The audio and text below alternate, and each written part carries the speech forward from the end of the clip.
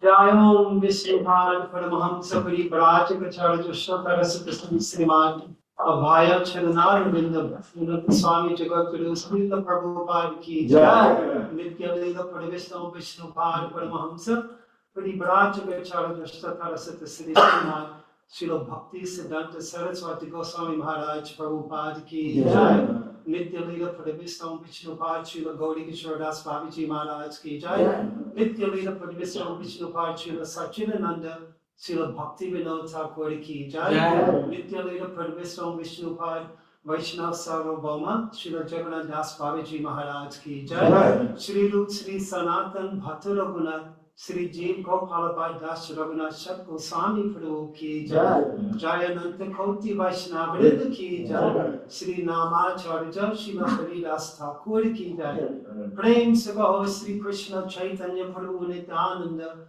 Shri Advaita Shri Gadadhar Shri Vasudeva Shri Gaura Bhakta Vrinda Ki Jai Shri Shri Radha Krishna Gopa Gopinath Shyam कुंड राधा कुंड गिरी गोवर्धन की जय। श्री ब्रज भूमि श्री वृंदावन धाम की जय। श्री धाम मायापुर नवद्वीप धाम की जय। श्री पुरुषोत्तम क्षेत्र श्री जगन्नाथ पुरी धाम की जय। श्री गंगा माई की जय। श्री यमुना माई की जय।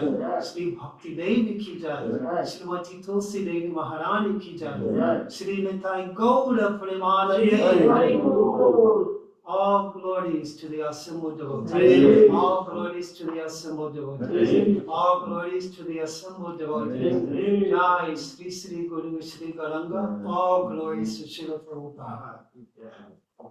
The lotus feet of our spiritual master are the only way by which we can attain pure devotion and service. I bow to his lotus feet with great awe and reverence. By his grace, one can cross the ocean of material suffering with thanks and mercy. My only wish is to have my conscience purified by the words emanating from his lotus mouth. Attachment to his lotus feet is perfection of those of all his lives. He opens my darkened eyes and fills my heart with gentle knowledge. He is my Lord, for men expect from me, by him ignorance is destroyed. The very spiritual thing of his character. Our spiritual master is the ocean, great Lord, and the Lord is magical of his Lord. Open it, these merciful unto me. Give me the shade of the lotus. Your fame is spread all over the fields. Srila Prabhupada ki jai!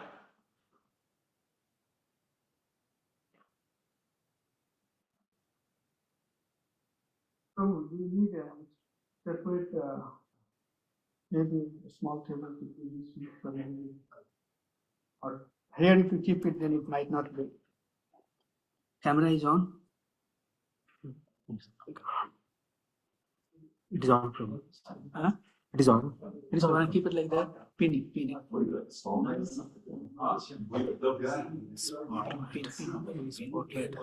yeah. Yes. That's good. Yeah, that's good. We need to display the power.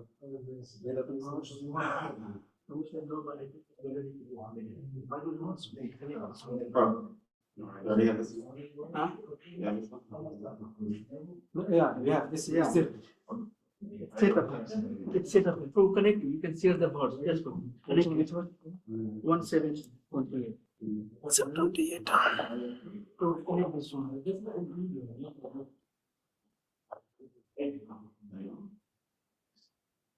So you turn this on. Yeah, this is on already. That's on.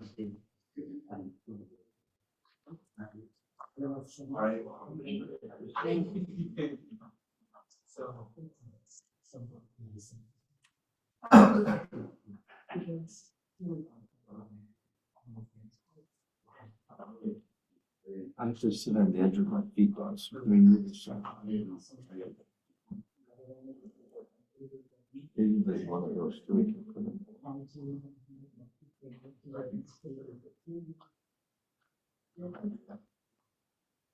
And last thing, harmony. Yes. So I put harmony more. Please. Sorry.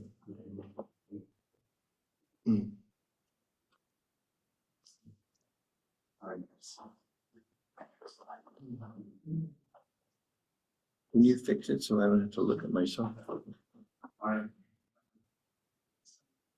Perfect. Okay.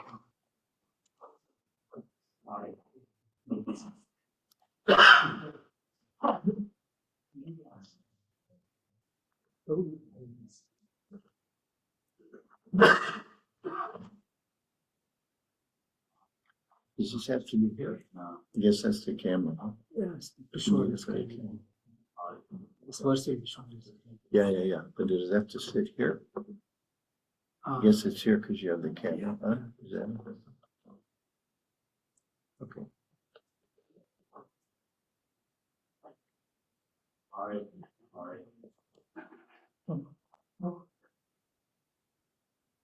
No, you need to connect this one. Yeah, no, not chair, not chair. It should be these two in place.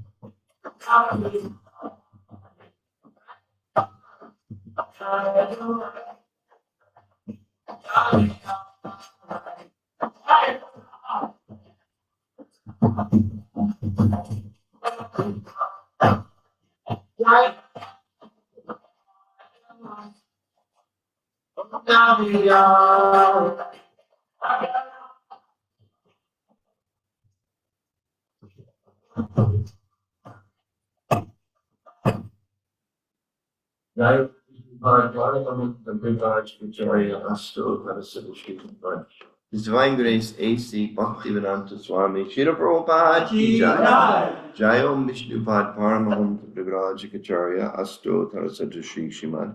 His Divine Grace Srila Bhakti Siddhanta Saraswati Goswami Maharaj Prabhupada Ki Jai. Ananta Koti Vaishnava Vrindi Ki Jai. ISKCON BBT Founder Charya Srila Prabhupada Ki Jai. Namacharya Hari Ras Thakur Ki Jai. Premsi Gaur Shri Krishna Chaitanya Prabhu Nityananda Shri Advaita Gadadhar Srivas Gaur Bhakta Ki Jai. Shri Shri Krishna Balaram Ki Jai. Shri Shri Nitai Gauranath Raj Ki Jai. Vaishnava Sangha Ki Jai. 50th anniversary of Shishi Gaur, Nitai Gaur Nataraj Ki Jai, Vaishnav Sangha Ki Jai, Gaura Premanandi. All glories to the assembled devotees. All glories to the assembled devotees. All glories to the assembled devotees. All glories, Shri Shri Guru Garanga Srila Prabhupada Ki Jai.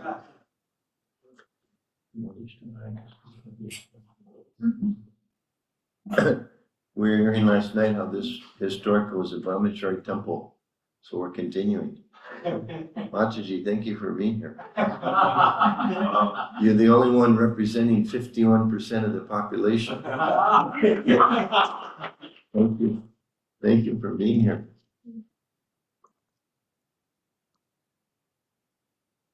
Om Namo Bhagavate Vasudevaya. Om Namo Bhagavate Vasudevaya. Om Namo Bhagavate Vasudevaya. So we're reading from Canto 1, Srimad Bhagavatam, Chapter 7, Text 28. Chapters entitled The Son of Drona Punished. Na asya anyatamam kinchit astram prati avakshaushanam jahi astratejaha anadham astagya hi astratejasa. Get some water. Na yasya janaitamam kinchit. Na yasyanyantatmam kinchit. Astram pratyavakarshanam. Jayastrateja unnadham. Astragyo yastratejasa. Na yasyanyatamam kinchit. Astram pratyavakarshanam. Chayastra teja unnadham. Astagyo yastra tejasa. Na yasyanyatamam kinchit. Astram pratyavakarshanam. Jayastra teja unnadham. Astagyo yastra tejasa. Nayasya anyatamam kinchit astram pratyavakarshanam jayastrateja unnadham astragyo yastratejasa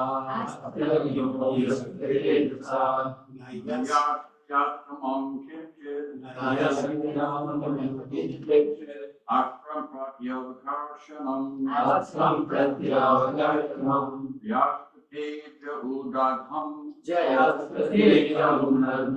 Astragyo yastatejasa.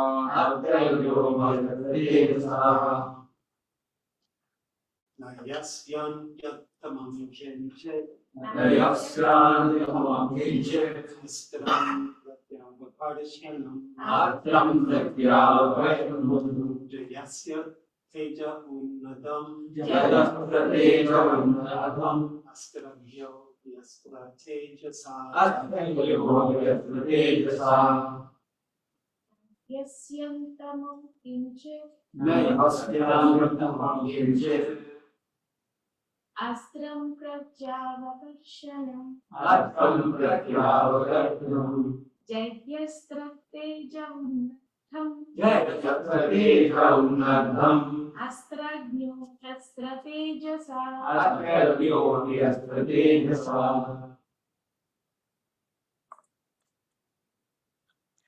Word meanings na, not. He, certainly. Asya, of it.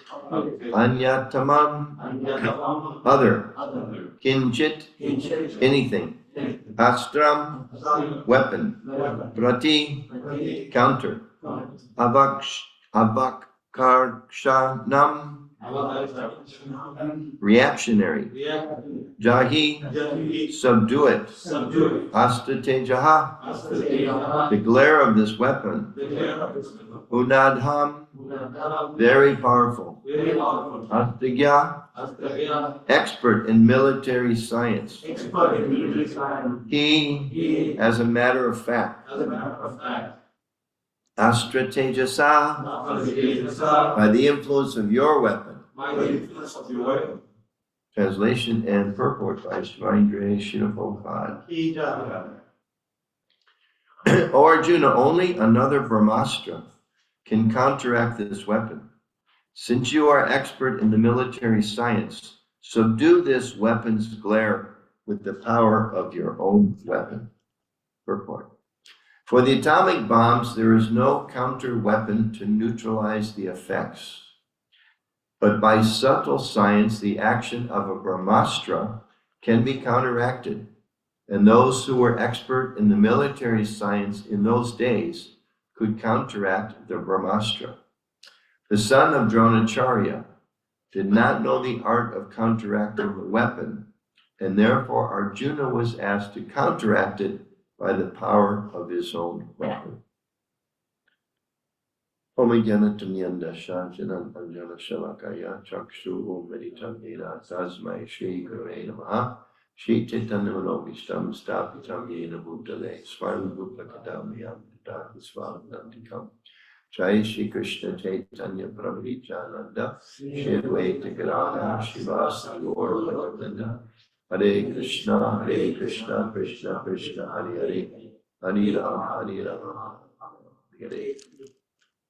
So first, thank you for the opportunity to be here, for the invitation to come for this festival, and for the opportunity to speak and have all of your association. I didn't expect to be giving the first class. Maybe yesterday was also the festival. It really kind of started in the afternoon. So I wasn't expecting to be giving the first class, but then I thought, okay, because they paid for my ticket. So they thought, number one, I have to submit. And number two, because they paid for the ticket, they want to make sure they get their money's worth. So I can't guarantee the quality, but at least I put in the time to try to hopefully make a difference. Actually, it wasn't so easy coming. I had to get purified. I got up at 2:45 to catch a 6 o'clock flight. I got all the way to the airport, looking at the screen. I had on my ticket. I printed, so I wouldn't go to the counter and make sure I get there on time. I pre-printed the ticket with the gate number on it. So I thought, wow, I got all figured out. So I went through security, didn't have to go to the ticket counter, went down to the gate. I'm just rechecking. So let me make sure it's still at the same gate. And I looked on the screen and said, canceled. Which they sent me a notice the night before, but I didn't bother to look because I had everything printed up. Why do I need to look? Maybe make it shorter. Yeah. So anyway, then I had to. So then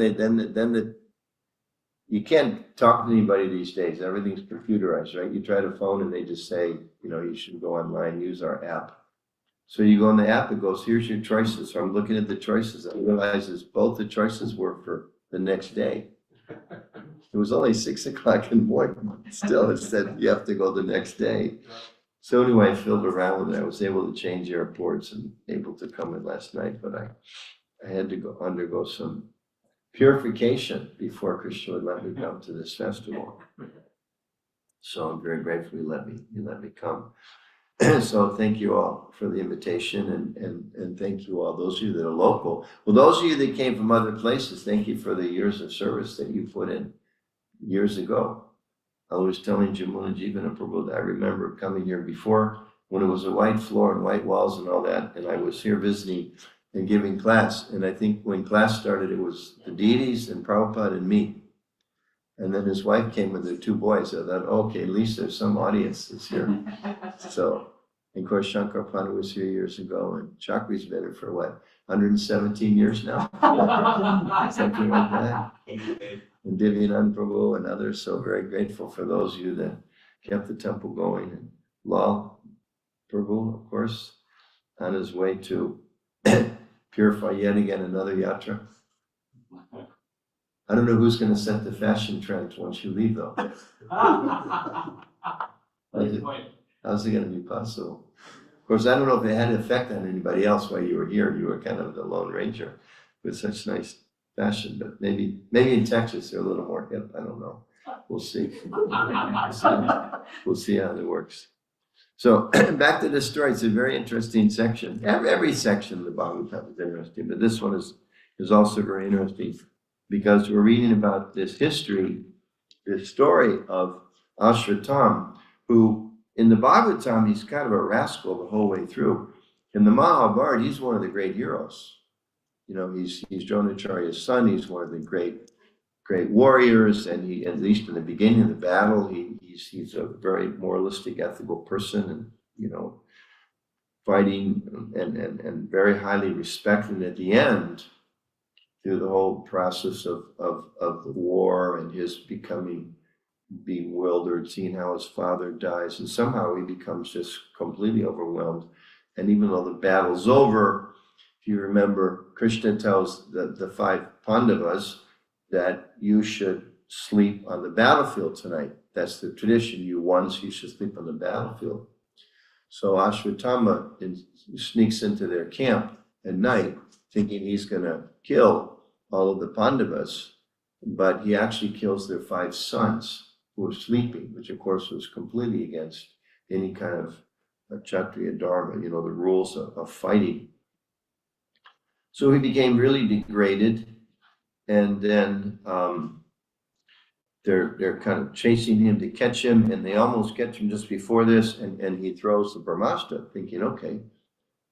You know, it's not explaining exactly what he's thinking. Is it because he's going to, you know, blow up the whole world if you're going to catch me? I mean, sometimes people think like that, you know, rather than catch me, I'll blow everybody up.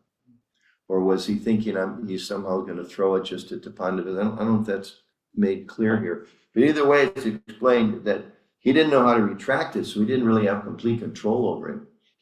So it's a very intense scene, and it's described in the purport. It probably talks about the Brahmastras, like I think in this next couple verses. He says that actually, verse 30, the heat created by the flash of a Brahmastra resembles the fire exhibited in the sun globe at the time of cosmic annihilation. So this is a powerful, powerful weapon, powerful force that's there. And so Krishna told Arjuna in today's verse, he's explaining that the only way that can be retracted is by throwing another one. So actually, let me go back and read, especially for those of us that are just visiting for a few days, the previous 8 or 10 verses. Since his life was in danger, this is Ashwatam, he touched water in sanctity and concentrated upon the chanting of hymns for throwing nuclear weapons, although he did not know how to withdraw such weapons. Thereupon a glaring light spread in all directions. It was so fierce that Arjuna thought his own life in danger. And so he began to address Lord Sri Krishna. So there's lesson 1. When we're really in danger, right? Like that story about, he used to tell the story about the man that trained his parrot to chant Hare Krishna, right? Hare Krishna, Hare Krishna. But then unfortunately one day someone came and grabbed the bird by the throat to steal it and just, bah, bah, bah. So what good was his chanting? So the same way, we have to train in ourselves to chant Hare Krishna, but in the proper mood, which is taking shelter of Krishna, knowing that he's the only one that can actually care for us and protect us, especially in times of danger. So continuing, Arjuna said, "O my Lord Sri Krishna, you are the almighty personality of Godhead. There's no limit to your different energies. Therefore, only you are competent to instill fearlessness in the hearts of your devotees. Everyone in the flames of material miseries can find the path of liberation in you only.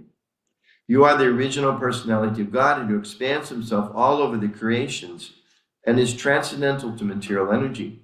You have cast away the effects of the material energy by dint of your spiritual potency. You are always situated in eternal bliss and transcendental knowledge. So all these prayers are going on. The Brahmasta is there, and he's very instructive. He's taking time to offer these glorificatory prayers to the Lord. And yet, though you are beyond the purview of material energy, you execute the four principles of liberation characterized by religion, and so on, for the ultimate good of the conditioned souls. Thus, you descend as an incarnation to remove the burden of the world and to benefit your friends, especially those who are your exclusive devotees and are wrapped in meditation upon you. O Lord of Lords, so now he's given all these prayers, and now he kind of, they say, gets down to business, although really the prayers are the most important business. O Lord of Lords, how is it this dangerous effulgence is spreading all around? Where does it come from? I do not understand it. Then yesterday's verse. The Supreme Personality of Godhead said, know from me that this is the act of the son of Drona. He has thrown the hymns of nuclear energy, Brahmastra, and he does not know how to retract the glare. He has helplessly done this, being afraid of imminent death. Today's verse, Krishna says, O Arjuna, only another Brahmastra can counteract this weapon. Since you are expert in the military science, subdue this weapon's glare with the power of your own weapon. So Ashwatthama has thrown the Brahmastra. Arjuna, realizing his own, it describes he's thinking his own life is in danger. Therefore, being first-class example of a devotee and the Lord's personal friend, he approaches the Lord first with these beautiful prayers. And it's interesting the way kind of we're reading this just again to all of you. He glorifies the Lord, and at the same time he's kind of hinting about things about him that are relevant.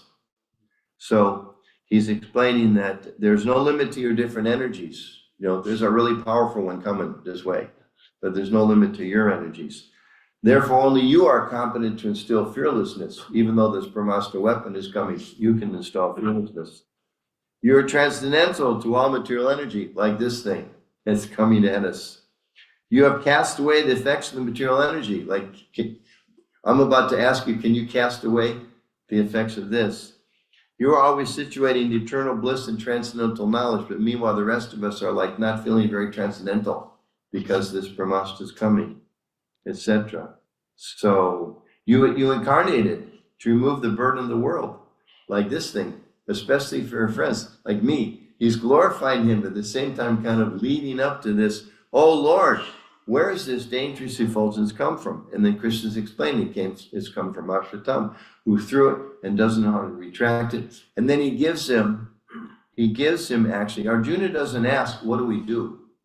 That question, he says, where does it come from? I don't understand it. So Krishna, in a proactive way, tells Arjuna, the only way it can be subdued is by you throwing your own weapon and retracting it. So he kind of anticipated what Arjuna wanted to ask, which was, wow, what are we going to do about this? But then Krishna just tells him. So it's very interesting because we see that Arjuna was asking for the Lord's shelter, but then, oh Lord, where's it come from? I don't understand. And Krishna said, it's coming from there. This is the problem. Now you fix it. Very interesting. It's coming from Ashwatthama.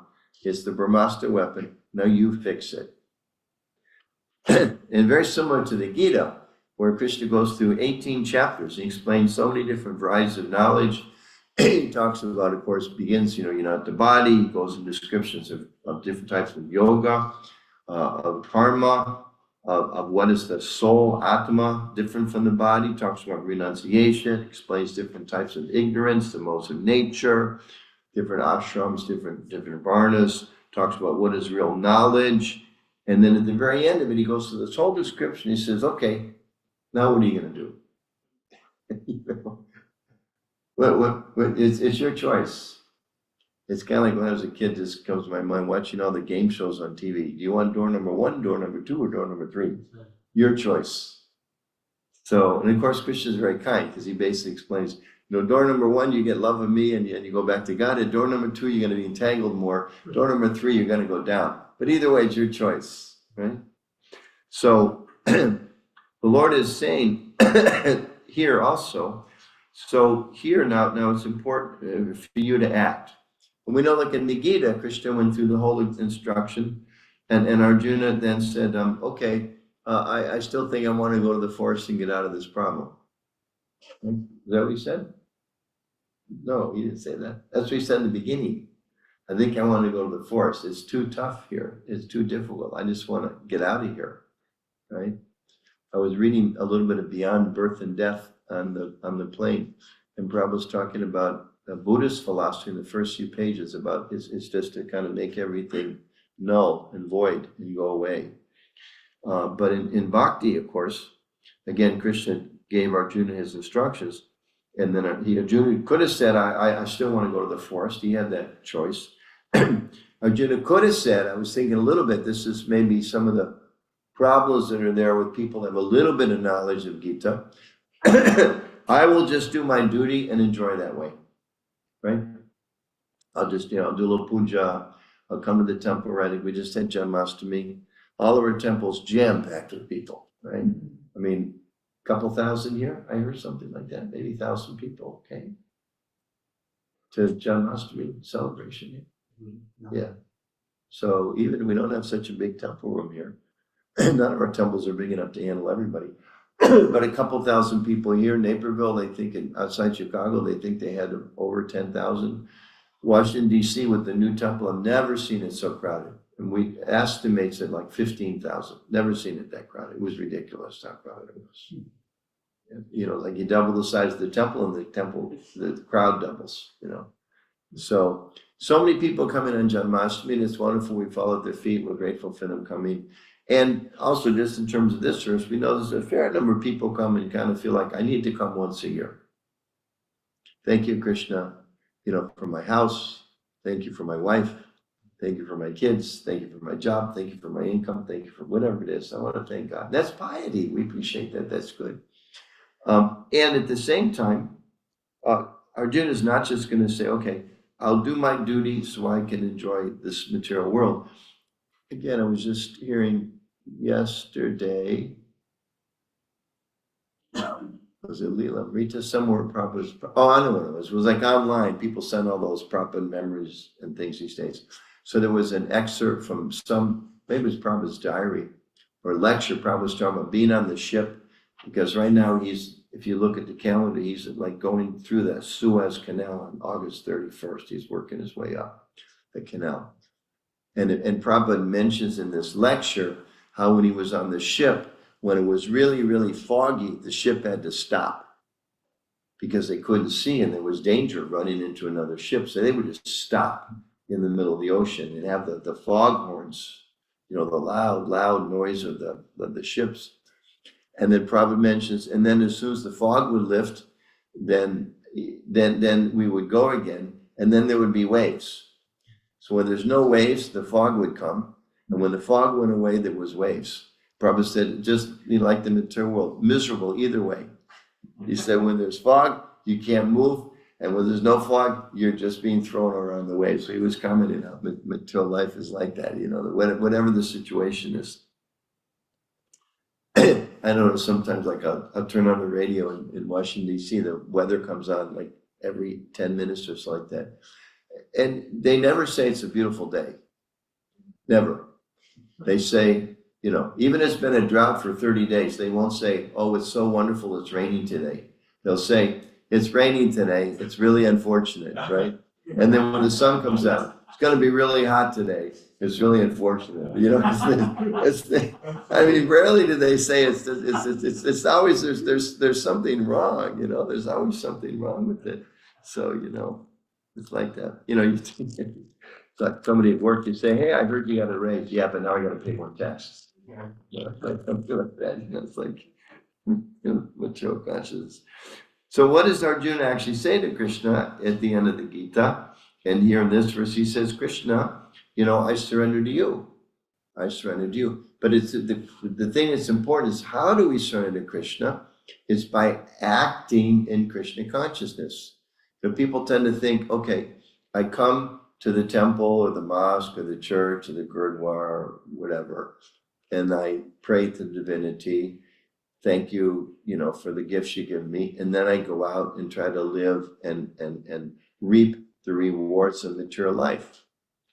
Or people sometimes will have a philosophy, I have to become, is that devoid? Not the right word. I have to divorce myself from all my materialistic activities. But in Krishna consciousness, as shown here again in this verse, Prabhupada teaches and Krishna teaches, the Lord Chaitanya teaches, and we try to teach, and Bhakti teaches, that actually the most important thing is to live in the world but act in the world for Krishna. That's the wonderful contribution that we make. One of the wonderful contributions that our tradition makes is that it's giving a mechanism, a vehicle by which people can actually live in the world and spiritualize their lives. Just like we were reading this morning in the Lila Gupta section about when Prabhupada was, I think he was in New Jersey at the shore. He was hopefully they're trying to recover his health. And described that was just what Gaurasundara Kirtananda and Govinda Dasi and Srila Prabhupada. And they were all just sitting together, described like a family, taking prasad together. So our philosophy is so wonderful because it's not go to church, feel happy, and enjoy food. It's go to temple, become inspired in devotees association, and become purified by taking that very same food. It's just like, it is rather phenomenal. I remember I had a paper out when I was 12 years old. And I didn't come from a religious family at all. And there was one family right at their front door when I go to have them pay for their newspaper every week. And you open the door and they had like a little, I think they were Catholic or something. There's like a little altar by the door. I thought, this is really weird. What kind of weird people these are. They have like an altar in their house. But, devotees, the altar is like the center of your home, isn't it? Somebody comes to your house. I mean, if it's a plumber, you don't say this necessarily, unless he's a devotee plumber. But, everybody else comes to your house, and the first thing they say is, would you like to see the deities? Right? Like, thank you for coming to the house. Now it's time to introduce you to the owner of the house. You're our guest, so we're going to take you to the boss, the one you see. And of course, it's always wonderful to see the different moods. Walk in some houses, like, oh, Jagannath is here. And he goes someplace else, you go, wow, that's a beautiful Gauri tie, or how does he dress Radha Krishna so beautifully like that? And so by visiting their homes, we're inspired and we further connect with Krishna. So it's a beautiful concept that just by visiting someone's home, you connect with Krishna. Or I'm always a little surprised because I'm just such an impersonalist. I was talking with Gopal Hari Prabhu the other day. Jamuna, maybe you were part of that. They were going someplace from Chicago, and he was describing how they'd come to, I don't know, it was New Vrindavan or something, and like 10 cars of devotees in a caravan. And I was thinking, that sounds like hell to me, because it means every mile and a half, somebody in those 10 cars has to pull over and use the restroom, But it's like, no, we want to come together. Together we go to the temple, together we load everybody up, and together we throw the kids in the back of the car, and together we drive. So even, vacations become spiritualized. And of course, we know the tradition in India that the families go. Sometimes, you meet devotees that are like, say, from South India. In the Chennai area, you can always ask them, you know what the answer is going to be. How many times did you go to Tirupati as you were growing up? And the typical answer was, several times a year. That was where you went for holidays. You didn't go to the Grand Canyon. Though if you go to the anybody been to the Grand Canyon? Raise your hands. It's a pilgrimage site. Right? Why is it a pilgrimage site? Because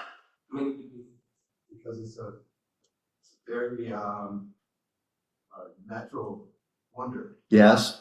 And Grand. what are the names of all those places? The Buddha Schist, the Vishnu Peak, the Brahma Gorge. Whoever the man was that first, quote, discovered it and named it, It's all these Vedic names. Yeah, you can look it up, Google it later after class. Don't do it now. I'll get upset if everybody looks at your phone all of a sudden. And another Yeah. thing, even Ganapati Swami to this day sets up a book table at the Grand Canyon with other devotees of their distribution of Prabhupada. So even more reason that it's a sacred place, because Ganapati Swami and others go there and distribute so many books. So yeah.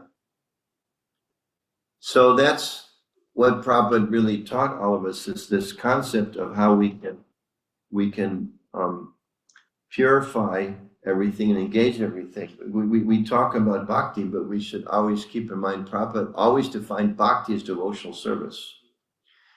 I don't have it with me and I didn't have time to look it up, but I believe in Tamal Krishna Maharaj's book, Living Theology, which was actually his thesis, which was eventually completed by Garuda Prabhu, because Maharaj passed away before it was officially submitted. But if I remember correctly, he talks about kind of three primary theological contributions, especially unique contributions. And I believe one of them talks about, because Prabhupada emphasizes this idea of devotional service, not just devotion, not just bhakti, it's not just how you feel, it's how do you act upon that. So that's the point in the Gita, and the point here in this verse, that Krishna doesn't say, okay, Arjuna, don't worry, it's Ashwatam's weapon, and he threw it because he's afraid. He doesn't know how to pull it back. And again, he didn't say, don't worry, sit down, I'll take care of everything. He said, okay, now you go on. Now you chant your mantras, you release your weapon. Same way in the Bhagavad Gita, Krishna ultimately says, okay, what do you want to do? And Arjuna says, I want to surrender to you, which means I have to fight.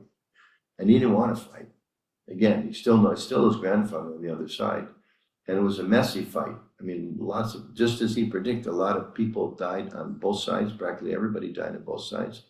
It was very difficult, but he knew that that's what Krishna wanted, so he did it. And of course, we have the perfect example of this mood of devotional service and serving Krishna and doing what's necessary in our founder, Srila Prabhupada. Because when we think about it, years ago, it used to be like, everybody was like, yeah, Prabhupada was 70. And these days, it's kind of like, yeah, Prabhupada was the same age as us when he crossed the ocean, right? Like, I'm not going to embarrass anybody here. But Vamanas, he's at least 52. He's getting up there. So, so Prabhupada crossed the ocean, and he was in Vrindavan. He was retired.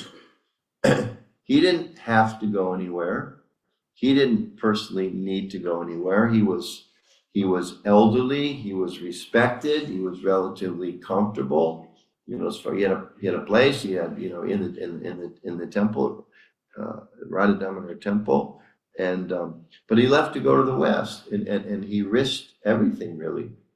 And even like his mentor, Sumati Maharaj, said, Swamiji, do not go there. I think later, I don't think she told him at that time, but later in hindsight, she said, I didn't want you to go. It was too cold. I thought you'd die there. And even to the point that Prabhupada was trying to get her, and having to at some point go through her assistants. And the assistants kept saying, no, no, no, no, no. And finally, Prabhupada got really upset and insisted on seeing her. And then I believe that the assistant said, well, she does, don't blame me. She doesn't really want you to go. Because she knew what a risk it was. But still, Prabhupada left. If you haven't seen it recently, I'd suggest everybody you try to. It's a beautiful film. If you just it's on YouTube. I don't know exactly. If you Google like Harvard University ISKCON 50th anniversary, there's an 18-minute film that was shot during the 50th anniversary celebration or commemoration or academic conference about ISKCON at Harvard University Center for the Study of World Religions. I think that's the right name. And Thomas Hopkins, who's a very important scholar in the history of ISKCON, was one of the first scholars to meet Prabhupada, visit ISKCON temples and all of that.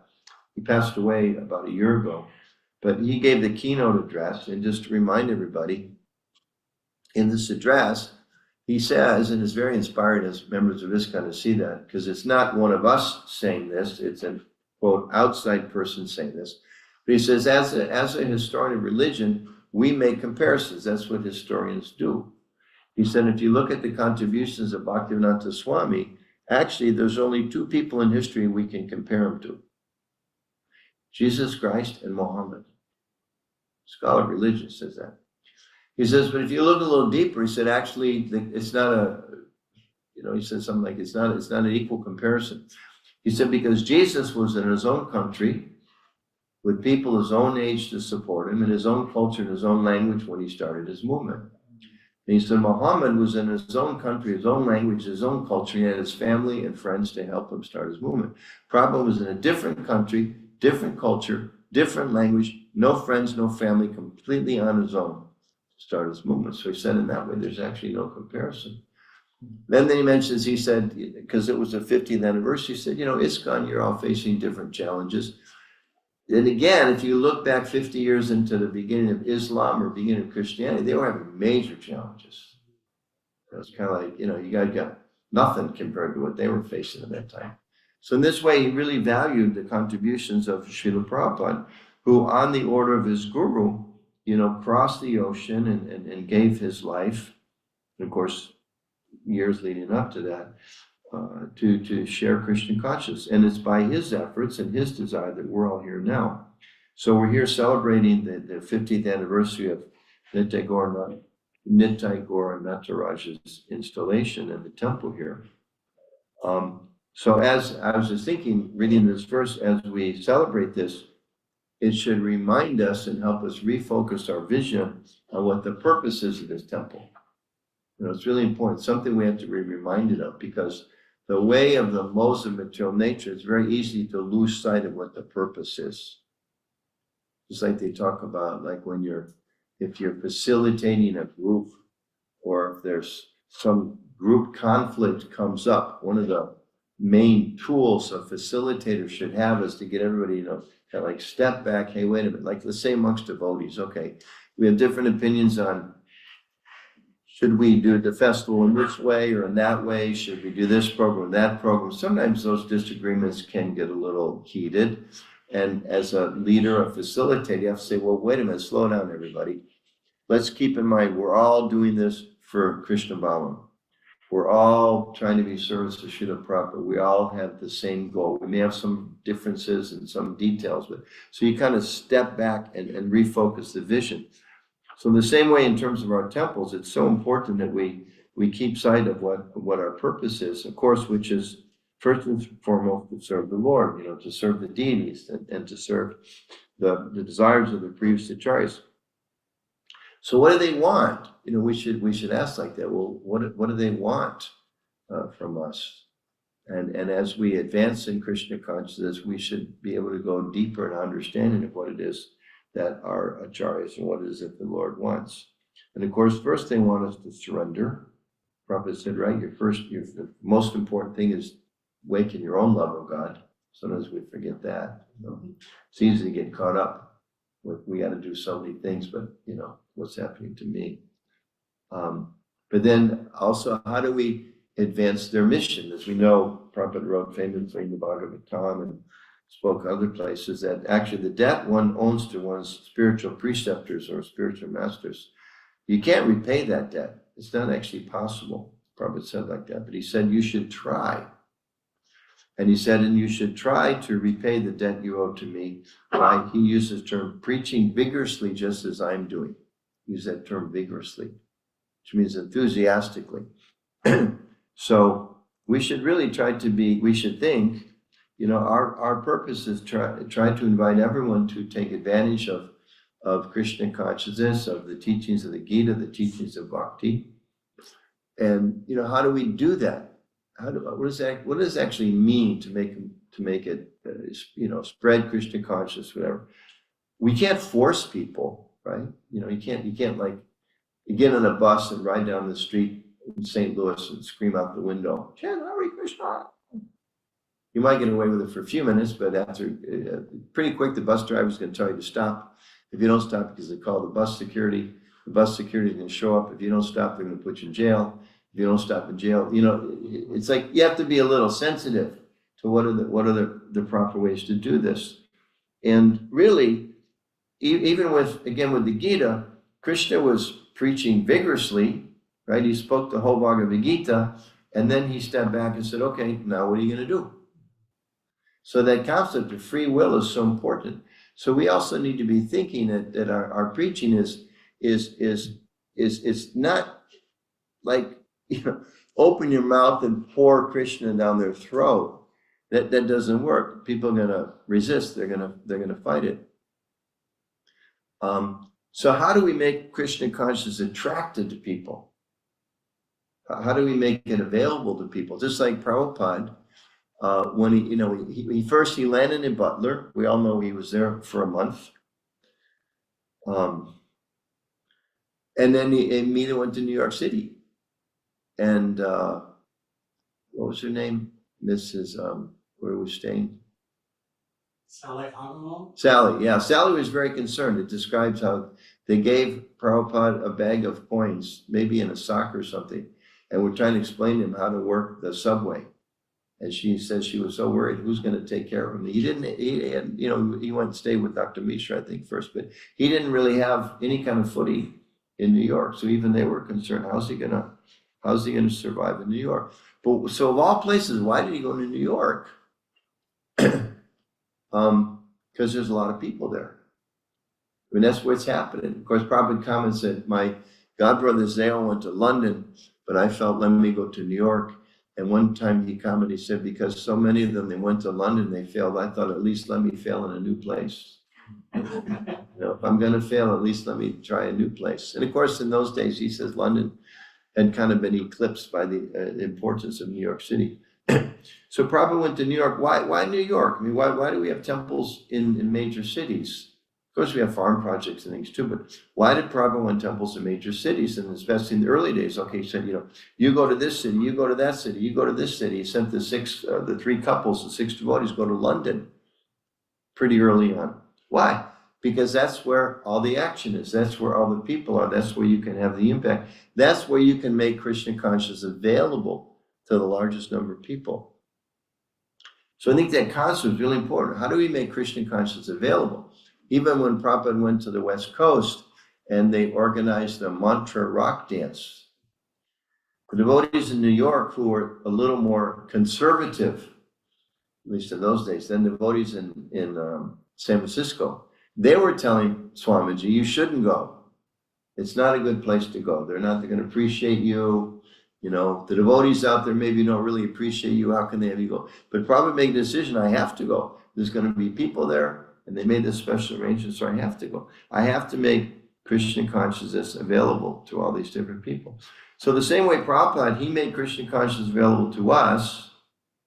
It's our duty, it's our responsibility, it's our bhakti, it's our devotional service to make sure that we make Krishna available to others.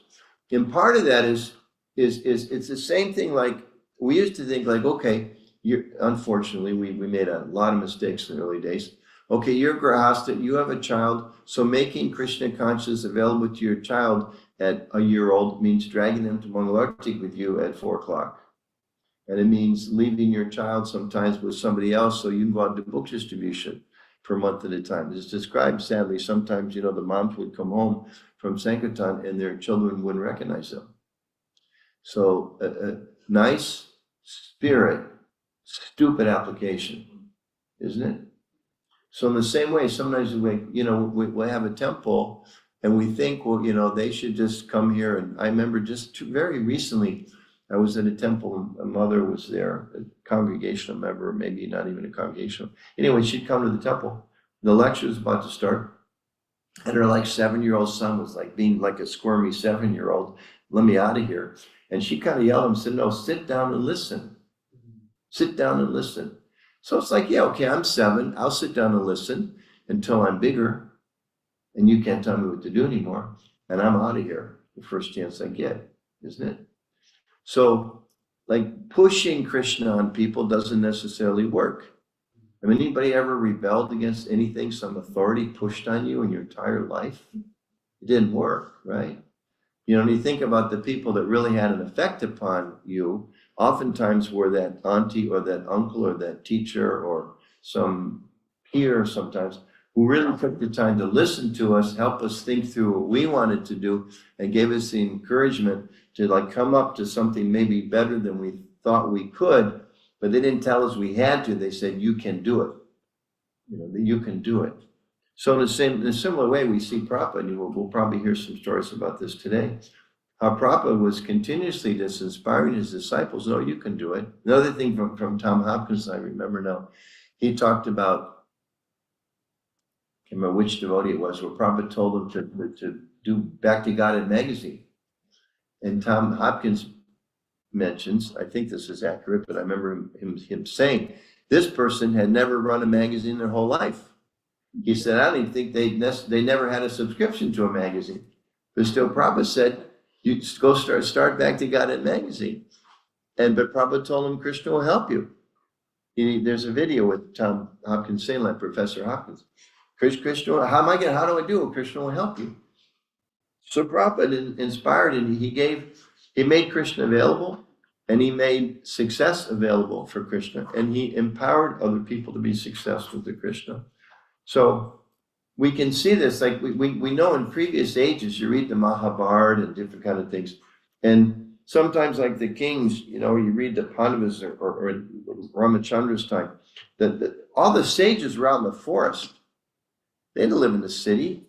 They didn't want anything to do with those people. And there was a beautiful place, and waterfalls and fresh air and trees and the sound of mantras and fire yajnas and things going on. Forget the city. That's the mode of passion.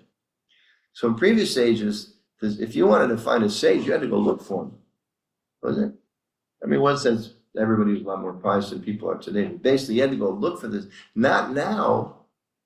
The sages cross the ocean and go into the biggest cities of the world in the midst of the most contaminated, horrible, sinful places. As is described properly in the Bowery, sometimes having to step over dead bodies, people that had expired in the night. Wow, what a hellish place that was. But he did it to make Krishna available. So in this age, the sages come to you. So we are continuing that line. We're not sages. You're all sages. I'll speak. I'm not a sage. We're servants of the sages. And being servants of the sages means we need to help make Krishna available to others. That's the mission of it's just like somebody think about the deities, or celebrating the deities. I mean, I hate to embarrass anybody here, but I mean, stop and think in the last 50 years, how many times has Nitai Gaur Nataraj been poked with a pin? Probably a lot. If you poked me with a pin that many times, I'm out of here. Isn't it? If you promise my breakfast at a certain time every day and it comes late, or it's not cooked right, or you forgot the salt, or you put the salt in the sweet rice, I'm out of here. Isn't it? Or you're supposed to give me a garland, but you don't give me a garland. You're supposed to give me clothes, the clothes don't fit. I mean, how many ways do we sometimes fail in our service that he's still here? The Lord's still here. We should remember, he wants to, he can disappear. Deities do that sometimes, right? There's stories like that. But so why is he still here? Why are they still here? To help us. Because they want to make Krishna consciousness available. So we should be thinking like that, how to make Krishna consciousness available, which all leads to my real appreciation for work that Lal Gopal's been doing for many years, and Ramacharya's now doing, like little things count.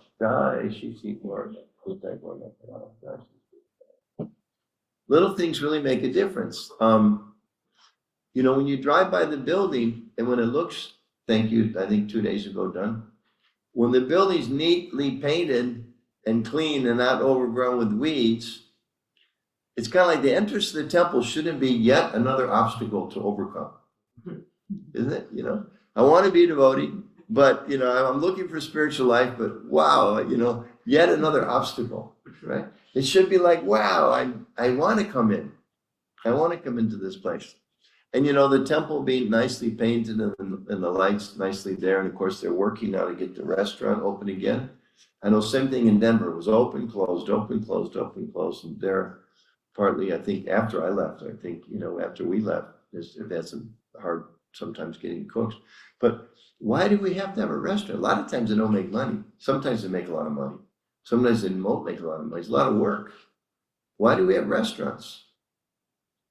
To make it available, you know?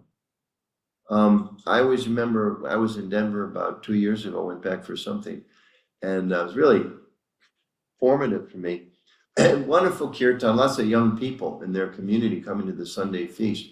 And there was one youngish woman, maybe in her 20s, you could just tell, I just noticed she was so into kirtan. And as it turned out, when it was time to serve the feast and sit down, there was a space next to her. So I sat down, I was kind of talking with her about the kirtan. I said, you really, really seem to love kirtan. She said, oh, I love kirtan. It's wonderful. I just love it. I've been coming here I love kirtan. So naturally, you like the devotee, you say, I just said something like, well, yeah, because the kirtan is not different from God. It's Krishna's name. It's not different from him. She said, I don't believe in God. I was completely shocked. I mean, 10 minutes before, she was so into the kirtan. And when I just kind of like mention what I assume she already knows, I'm just reinforcing it, that the reason it's so sweet, because it's non-different from the absolute truth. She's like, forget it, It was like, but she loved kirtan. Like, okay, whoa, okay, I don't remember what I said. It was probably like, okay, which melody you like best? I mean, somehow back off, but it's like, that didn't work, that didn't work. So, so here's a person that loved kirtan, and she comes for kirtan. And somebody else, I was at, there's a devotee in Salt Lake City. I like to use him as an example. Ras Prabhu is a professor of environmental engineering or something like that, and he in Indian origin. But he said he didn't like to come to the temple for a whole variety of reasons, but he liked to cook. And somehow he came, and I don't know if his wife got him to come initially, but he was like, hey, can you help cut vegetables? So he started cutting vegetables. He started coming on Sundays just to kind of help out, just as a community member. And one thing led to the next, and now he's, second initiated. He's a very important member of the community. He's like cutting vegetables, and they made that available to him, that service. So, everything we do, I mean, like, what's Harinam about? Harinam is about going out and making Krishna available. And every time we do that, there's always a few people on this side of the street or the other side of the street that are like just standing back looking at you. Like, I don't know what this is. Like that old song, right? I don't know, something's going on, but I don't know what it is, right? And some of those people, they get attracted. And of course, everyone gets purified. And sometimes you think the world is such a mess. The only hope is the mantra. Because how do you talk to people living the way people live in these days? So people get attracted by the Harinam.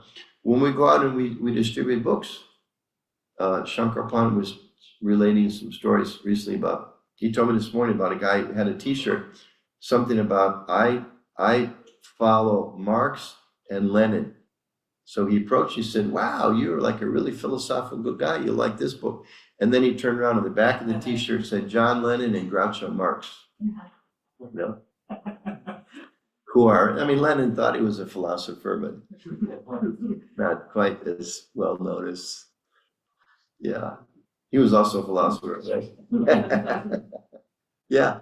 But anyway, somehow he, made the connection, and he made Krishna available to that person. I mean, I remember years and years ago, like somebody, just one of the people was like so instrumental and kind of, approached him in the airport. Excuse me, sir, we have these beautiful books. And he's like, whoa, I don't want that book. And you could just tell, I knew that he knew that I knew that he knew that he didn't want that book, because that book's going to tell him to give up something, And like, I know where I'm going in life. I'm whatever it was. He didn't stick. He was friendly, but he just kept going. Whatever it was, I'm going to make money, or I've got a beautiful girl I'm going to marry, or I'm going to be the president of the company, or I'm going to like travel. Whatever it was, that book was going to maybe tell him those weren't the most important things in life, and he didn't want to hear that. It was just where he's at. It's like, okay, hopefully I got him to touch it or something, or maybe I said Hare Krishna. So the books, the Prashadam, again, with the restaurant we're reopening here soon. Food for Life in many places, the wonderful festivals that we do. Just, the vision of Prabhupada to create like Fifth Avenue, New York. I think there's only 2 parades. Anybody from New York here? think there's only like 2 parades you get to go down Fifth Avenue. There's like, yeah, was it Cinco de Mayo? They Macy's parade. Macy's, okay, so yeah, that is New York practically. Yeah, Macy's, but there's not like everybody does a parade down the street. Somehow, we got that facility. By the way, Donald Trump did not personally get permission to build the carts. Oh, that's Okay, good. that's not true. I researched it again. It came up 10 years ago, I researched it again. He did not directly get permission for that. Although his company allowed us to use the property that they had. And so in the same way with the temple, we're trying to make it available to people. So it's really important. We shouldn't minimize these things in terms of our practical application of Krishna consciousness. Chitralekha knows when we first moved to Washington, D.C. temple, it was in one of those downward cycles. And the first time I went there, I drove by with my head shaking, saying, please don't let that be it. Don't let that be the temple. Like, because it was in a really nice neighborhood, big mansions. Man, wow, can't wait to see the temple. It's like, oh no. Yeah. That's our temple, And I remember in those days, they had an old police car where they took the letters police off the side, but it was such an old car, like the sun, it kind of, even though the letters were gone, you could still read police. And they used to park it by the main road because they thought that provided security. And nobody mowed the grass. The only thing they did in the front lawn, which faced all these mansions, was they hung clotheslines with all the brahmacharis hanging their orange dhotis and gamshas and things like that. And it was like ultra embarrassing place in the nation's capital. Like, how are we going to spread Krishna consciousness? I went there to do communications work.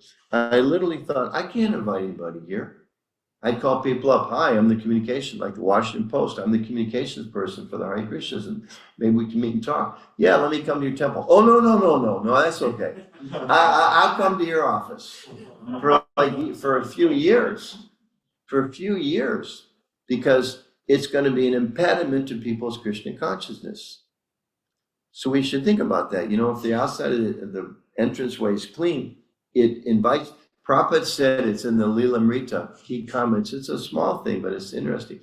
He remembers when he was a schoolboy that the seats in the classroom were so clean, he said, you wanted to sit down.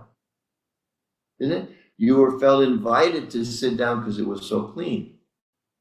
So and we know so many stories of how Prabhupada set such high standards of cleanliness. So part of our service in celebrating the deities and celebrating this temple is remembering that everything we do practically is either inviting someone to Krishna or putting an obstacle in the way. Bhakti Tirtha Maharaj, one of these used to preach, used to explain, our preaching means removing obstacles for people. So I always think of like when I was years ago, sometimes go to give like a program at a high school or college or something. And initially I used to talk about this example, Krishna, God is the Supreme Father. And after doing that a few times, as people were kind of becoming more and more aware of some of the dynamics of abuse in the modern families, I would notice like 10% of the room would cringe. I quit saying that. Because you say God's the Supreme Father. And for some people, it's like, oh, the one who took nice care of me and protected me and raised me and provided so many things. But a certain percentage of people in the room, that's a big barrier. God's like my father. I don't want anything to do with him. Nothing. And I'm going to shut down the rest of whatever you're going to say. So we have to figure out, how do we make Krishna available to people? Like Shankar approached this guy, oh, you're into Marx and Lenin?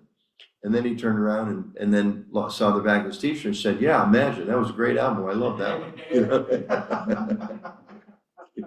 Whatever he had to say, So we have to really be thinking like that. We're agents of Krishna and Prabhupada to make sure. Because sometimes devotees don't see it all. They may think, well, like who was speaking yesterday, Chaturama, about how they had a wonderful, inspired temple in St. Louis. They'd all gone on Harinam, they'd all gone on book distribution, they had 5 classes, and they all spent 1 hour a day cleaning. So because they understood that that's part of it. So having a clean environment, a bright environment, making sure the deities are worshipped very nicely, making sure the prasadam is very tasty to everybody, is very important.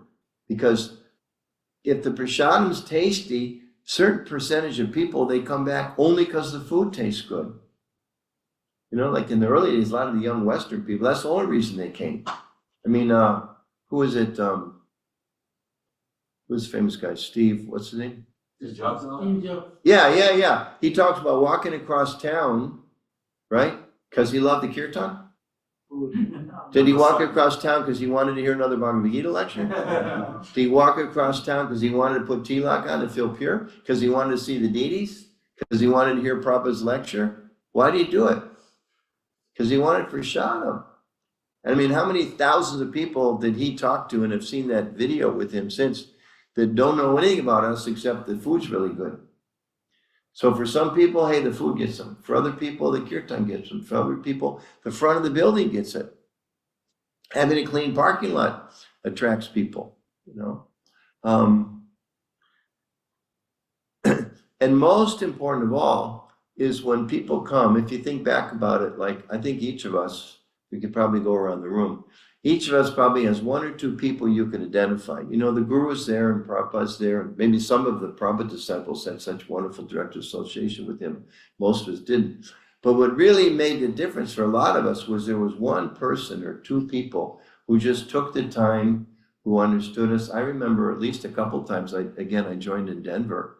There was a few folks, it was like, I'm out of here. If I got to deal with this guy, I am out of here. But then there was one or two other people who I could go and talk to, and they were like, yeah, don't let him bother you. Don't take that seriously. Krishna consciousness is much more important. And based on that friendship and that care, that kept me going for a few more days. A lot of times, like these days, a lot of people come in Krishna consciousness and they're older, they're married, and either the husband's into it, the wife's not, or the wife's into it, the husband's not. And so much the key element, they think like, what am I supposed to do? My spouse is not attracted and it's a source of tension.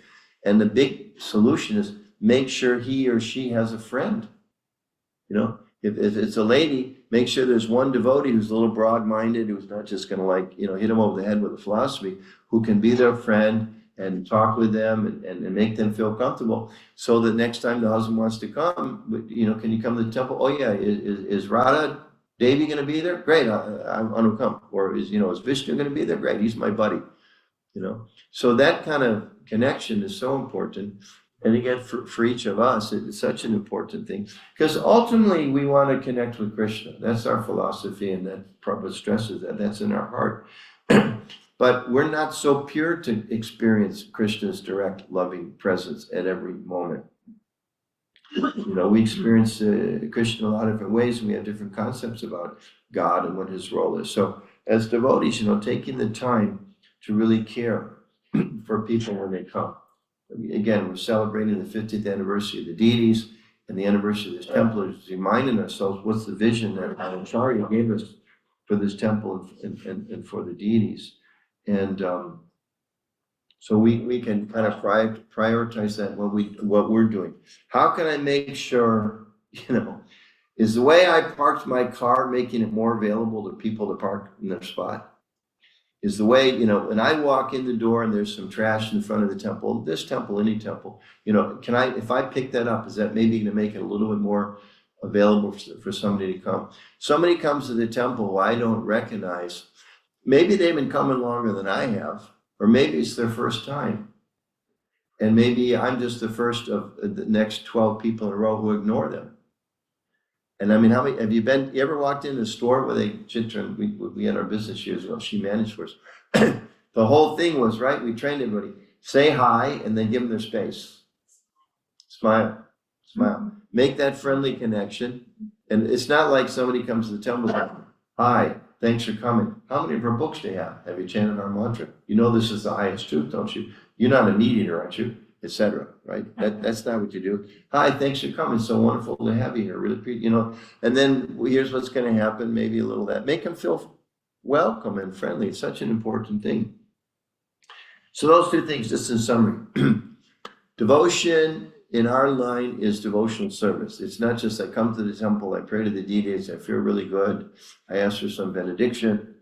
That's all nice, but a little more advanced than that, I come to the temple, I see the deities, I pray to them, and I ask whatever I may need if I'm so inclined. And more importantly, as Prabhupada said, I ask, what service can I do for you?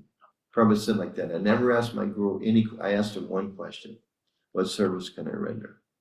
Again, such a wonderful acharya for all of us. So that we pick up that mood of how can I serve, especially by how can I make it attractive to others.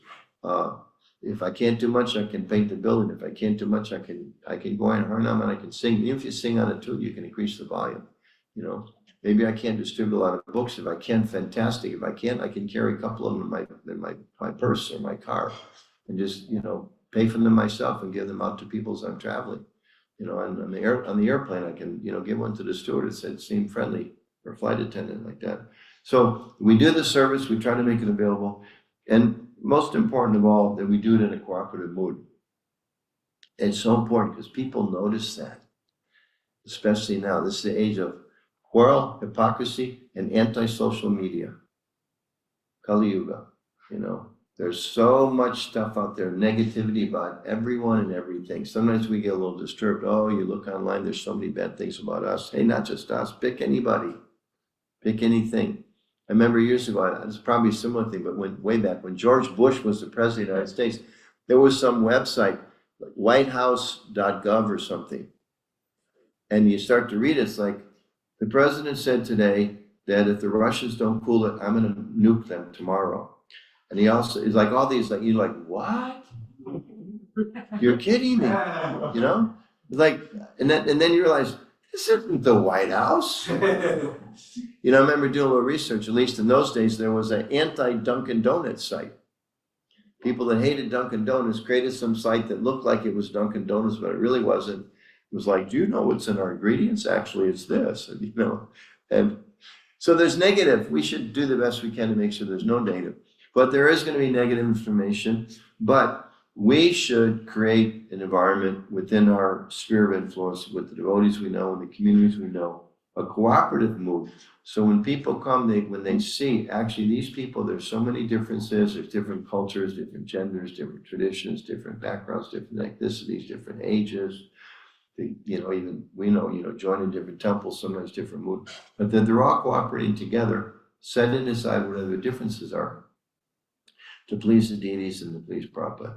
So then in this verse, it's really wonderful again, because Krishna tells Arjuna, here's what's happening, here's what the danger is, here's what's wrong, now you fix it.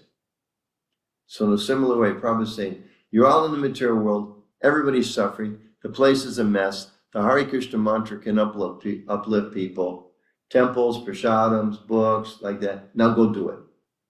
Isn't it? The same mood, now go do it. So, and of course, Prabhupada is very kind. Now go do it according to your own capacity. Whatever, we all have our free will, our inspiration, and we can all do it according to our own ability in a cooperative way. And when we do, Prabhupada said nothing can stop us. He said that. He said internally, if we're not careful, we can be stopped if we allow our differences to overwhelm our cooperation. But he said externally, we can't be stopped. The movement is that powerful.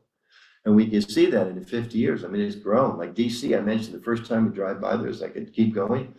Gorgeous. Anybody been to the DC temple, Washington DC temple? Just a couple. It's been, isn't it? It's gorgeous. It's beautiful. Just the other night I was driving home. I was remembering. I think I pulled over, stopped just to admire it. I was remembering my first experience of seeing what was there, and my experience now. So it's only. That was 30 years later. That's not a whole lot of time. So, 30 years to see how our movement's grown. And like you look in India these days, there's like palaces coming up. There's some risks involved. I wrote about that in my Vyasapuja, about some of the risks in there. But it's phenomenal how our movement has grown and how much more it's going to grow if we remember devotional service. Krishna says, now you do it.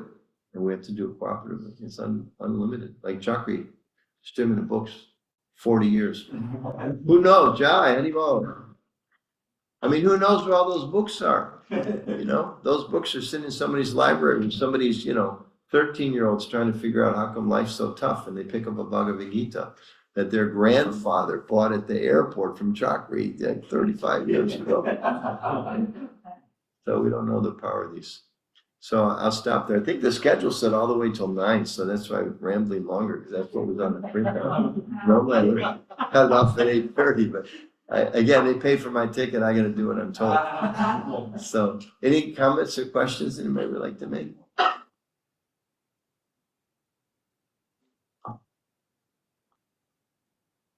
I was gonna ask him a managerial question quick. Okay, In terms of opening the restaurant, I know like in some places they have a separate, place where they cook for the deity offerings or the restaurant offerings, and but sometimes it may seem to be a little confusing how to apply things according to time, place, and circumstance. Like, for example, pizza, they say, well, you can't offer that, or bread. can't offer to who? The deity. Yeah, sometimes they talk about tomato paste, because it's from a can. But some places I've seen, they'll make like their first pizza, they'll make some tomato sauce from fresh tomatoes, and they'll offer that to the Lord. I read something just the other day, it was in a little book, I can't remember the devotee's name, Saradia's husband? Is it Vaikuntanath or something like that? Vaikuntanath, he wrote a little book, and a few little episodes. I mean, everything you read about Prabhupada, you know, there's always some real nectar. One thing that he mentioned in there, he was sitting with Prabhupada. Prabhupada had Jagannath deities somewhere on his desk. And Prabhupada knocked over the deities. Knocked over the deities. Anybody know what Prabhupada did? He picked up the deity, touched him to his head, set him down again, and continued speaking as if nothing had happened. Which for me was like, wow, thanks, Prabhupada. I'm so glad you did that. Because now I know when I mess up really, like, because obviously Prabhupada, there's no lack of Krishna consciousness here. If I mess up and do some things due to my lack of Krishna consciousness, just, you know, correct my offense and go on. Because sometimes we get kind of bewildered into thinking it's going to be, it's not going to be perfect. I think like in DC, I'm not so involved locally, but there's a little bit of a controversy. Now they have a deity kitchen. So what can be cooked in the deity kitchen and what can't be cooked in the big kitchen, and can things go from the deity kitchen into this? And, you know, it's like, okay, work that out later. But the main thing is do the needful, isn't it? I mean, just do the needful. You know, you look at those early pictures of San Francisco, I think it is. Jagannath's like, doesn't even have a dress. He just got his painted dress. And he's like up like 7 feet above everybody on the roof, like on a shelf. And Prabhupada told the young hippies, just, you know, bring something, bring an apple, bring an orange, bring a stick of incense, bring something off of the deity. I mean, Jagannath. I mean, you go to India, I can't even get in the building, you know? The standards are so strict. But Prabhupada's like, come on, everybody, you know, just, you know, come on. So we're gradually trying to become more, you know, maybe authentic in our standards, but actually authentic is not the real word. Authentic means do it with devotion. And the mood of, I mean, Lord Chaitanya's movement, I mean, it's interesting, just go back, I was hearing the lecture the other day, probably was just talking again about, I mean, Rupa Goswami and Sanatana Goswami were fallen. In the eyes of the society, the Brahminicals, they were fallen. They were working for the Muslim government, which meant according to the strict, you know, Paka standards, ritualistic standards, they were like untouchables. And Lord Chaitanya accepted them as, you know, his greatest disciples. Haridas Thakur himself was born in a Muslim family. There are a lot of different things about, well, you know, to what extent he continued to consider himself Muslim or this or that, or you see the pictures sometimes, like there's one person with a beard standing in Mahaprabhu's association. So how much of the externals he changed, it's not exactly clear to my knowledge. It's probably people know a lot more than what I do. But the idea that it's the whole mood. I mean, Krishna, right? Putana came to like kill him. She smeared poison on her breast. I mean, killing babies with poisoning babies. And Krishna's like, oh, you're my mom. I'll just have to take you back to Godhead. Isn't it? I mean, like, that's our understanding of God. And Lord Chaitanya came and delivered like the most fallen people, all the, the stories with Jagai and Madai, and again, Rupa and Sanatan, how somehow, even though it's his Leela, that they have become so that's our hope. And Prabhupada crossed the ocean. So I think we have to be really, it's two things. One, we have to do things right. Prabhupada was on the core things, like say with deity worship, Prabhupada said the main thing is cleanliness and punctuality. There's so many rituals, there's so many mantras, there's this and that, but Prabhupada, our founder, charges the main thing is cleanliness and punctuality. If you chant all the mantras, but it's not clean, you haven't worshipped the deities very well. If you're doing everything, it's not punctual, you haven't worshipped the deities very well. So in the same way, I think we have to keep in mind, well, what's the mission, what's the purpose of the movement? We want to try to make Krishna available to people. So we have our strict principles, but what's the purpose of those? Is to try to bring people to Christian consciousness. So just like say with pizza, okay, great. We can't offer canned tomato sauce. Okay, well then let's, we make the first one with homemade tomato sauce. Like that. We don't have a deity kitchen. You just have one kitchen. Okay, so do we stop? We don't have a restaurant because we don't want to, violate maybe the higher standards of what to offer the deity. First of all, you don't have Radha Krishna deities here, which is like a higher standard. But what's the whole purpose of the kitchen? Make more prasadam. I mean, I think a lot of us, we've been around long enough, yeah, there was so many. What's other questions? Anybody like to make it? Yes, bro. Is that okay, Chakri, bro? I didn't hear the last one thing you said about the pizza. If you can't offer. Someplace like this, I know when there's Radha Krishna deities, especially, they don't want to offer canned things to the Lord. Whatever, canned olives, canned peaches, canned whatever. So some places, let's say, for quantity, maybe they'll use some of that canned tomato paste. So they'll make one pizza, they'll just cook down tomatoes and make tomato sauce, and that gets offered to the deities with all the other ingredients. But for the others, they'll do some, canned tomato sauce, what they're going to use for quantity. So, there's ways to. Okay. Thanks, Prabhu, for a wonderful class, lively class. I'm from ISKCON, Juhu, Mumbai. So you came very rarely there. Can you please tell in a quick recap how you met Prabhupada and which year? Well, we're going to hear that from some of the senior devotees later, because I came later. I came much later. I came in 1975, August of 1975. Prabhupada had just been in Denver. I just missed him. But we had a similar system. I was glad to hear it was happening here too. A certain percentage of your book distribution income was set aside. I don't remember, it was 10%. I don't remember what the percentage was. But I didn't have enough money. But I'd earned about half of it. But I owned a motorcycle. And I called my dear old Aunt Audrey, who later on she was in a nursing home, and she used to love to freak out all of her Baptist friends, because it was a Baptist old folks home. She loved to tell them about her nephew who was a Hare Krishna. And just watch their expression. And when I went to visit her, she had to introduce me to everybody. Hi, this is my nephew. I told you about the Hare Krishna. So anyway, she loaned me the money with my motorcycle as collateral to later pay her. So I got to go to India and see Srila Prabhupada then. And so that was the one. I was there for the 30 days and saw Prabhupada.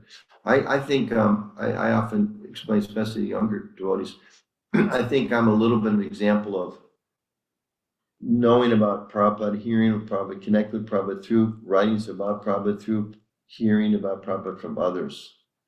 And it is a fact that sometimes we forget it, sometimes younger devotees don't realize. Somebody mentioned yesterday, I think Chaturama mentioned that there was only 8 books. There were only 8 books available. So many others were like in the pipeline and all that, they weren't available. So today, how many books are there? And how many languages are there? And I remember one time the Prabhupada's tape ministry came out with most of Prabhupada's lectures, or a bunch that were available. So the temple had like 1 copy, they splurged. It was like a gift to the whole temple community. So you could check out tapes and you could listen. I mean, now everything's, you just like go online, it's all there. So many biographies of Prabhupada are there, all the record, all the, every time, Yadavar and Vishaka, more and more videos, better quality videos. So there's more opportunity actually to associate Prabhupada now. Like Chatram again was saying that when Prabhupada was in Detroit, devotees went from here, went there, took the deities with them. That was a great story. Or they went to Chicago, he said Chicago, Detroit, New Vrindavan were the 3 places he mentioned. But they didn't go to Japan. But we can all go to Japan with Prabhupada.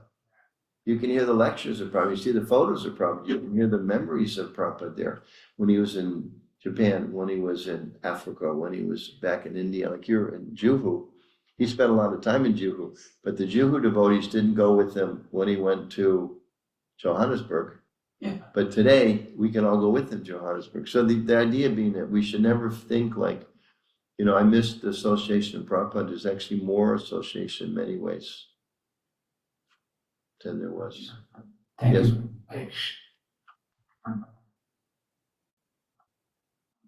Okay, I have 22 seconds before I pay my dues to pay for my ticket. No, go ahead, Prabhu. Krishna Prabhu, as a quick question from his current communications ministry. So, Which Chitra used to work for many years, by the way. yeah. Yeah.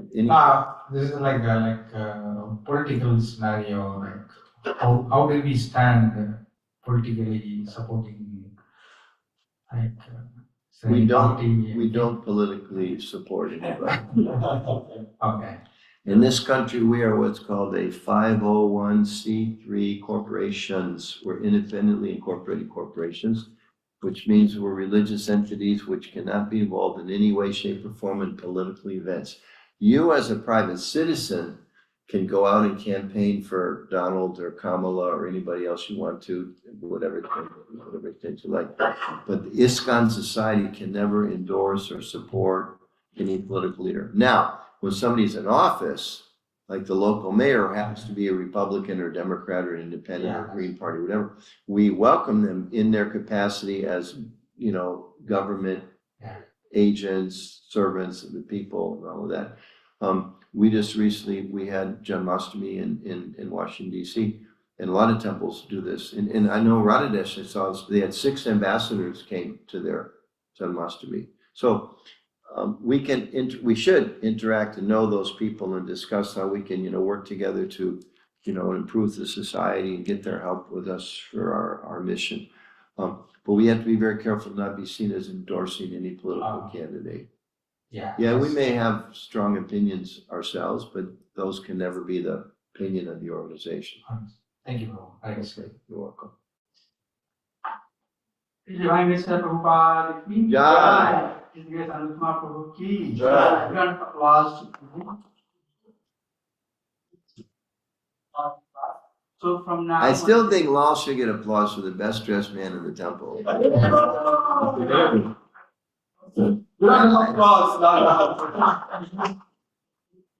We probably should be applauding his wife. She's probably the one that finds all the things, but I don't know, but either way. So you get here. No, but it's true. You see him, you think, wow, I want to dress like you. I want to, you know, it's like, you know, people should think, wow, you guys dress cool. How do I be do like you? You guys eat great food. How can I eat like you? You have beautiful music. How can I have music like you? Your family seems such a beautiful family. How can I help my children be, you know, happy like your children? We should be examples in everything. So Thank you so much. So this is time for breakfast. We'll be back here by 8 o'clock. And then after that, we'll start getting the Nectarian pastime of Nikai Gaur Natral installation. We'll start with His Holiness Prabhupada Maharaj. Then we'll go with Brahmandev Prabhu, Chitleka Mataji, then Anutma Prabhu, and Shankar Pandit Prabhu, Chakri Prabhu, like that. We'll try to, you know, roll around and hear from everybody. But without delay, please go and get to the sadhana and try to come back here later. Thank you so much. Hare Krishna. and we had 4 people yesterday say, I don't remember much, but Vamanadeva's there. Yeah, everybody could. I can't say much, but Vamanadeva's coming. So we are fired up to hear from Vamanadeva from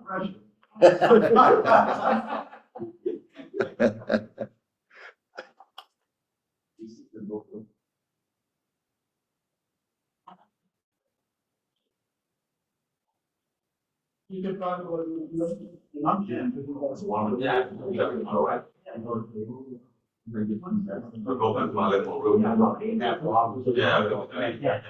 Real quick.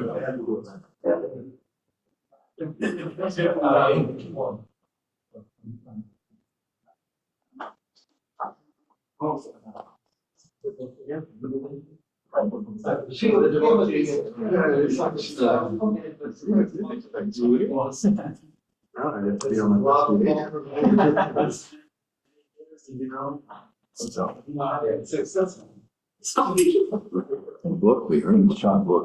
They were being referenced several times. I What he referenced to expressions Make sure you read from initial to later on, how they became much more involved. You see the difference. So, and then also. That was just because they're reciprocating issues. I'm just gonna this is bullshit. I can pass around and have them on tape. I'm gonna keep it all right. Yeah. Well, I can't go back if I don't have. Yeah, right. Make that point too. Yeah, this isn't mine, this is our, you have to answer to him if you have a possession, you don't have to. Maybe, well, He said he was gonna have a table, maybe there's. that's a good idea. One of those. But that's, that was, you have very, it's like your communication. Yes.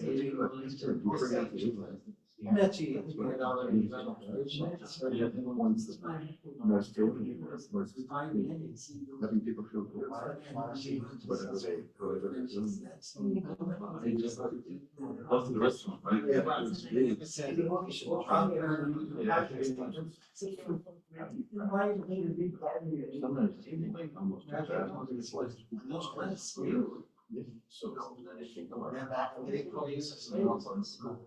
It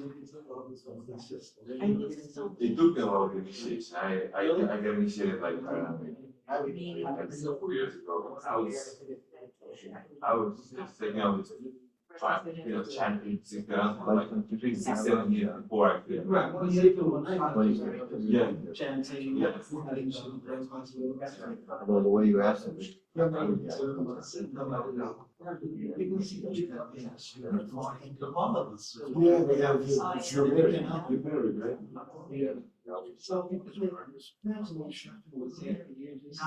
You should not look at children. Well, with meetings coming, you can hang out with parents. Where? Where 20, 21, 20. Where?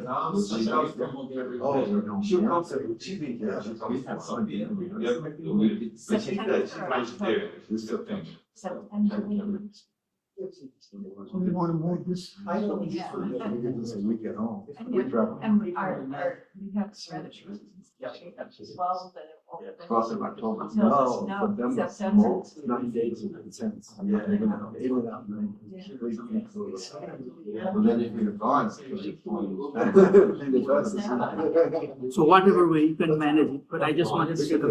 So the other chair, right? So this is from. Sunday. You told me Grace, my fault, that she, You should say.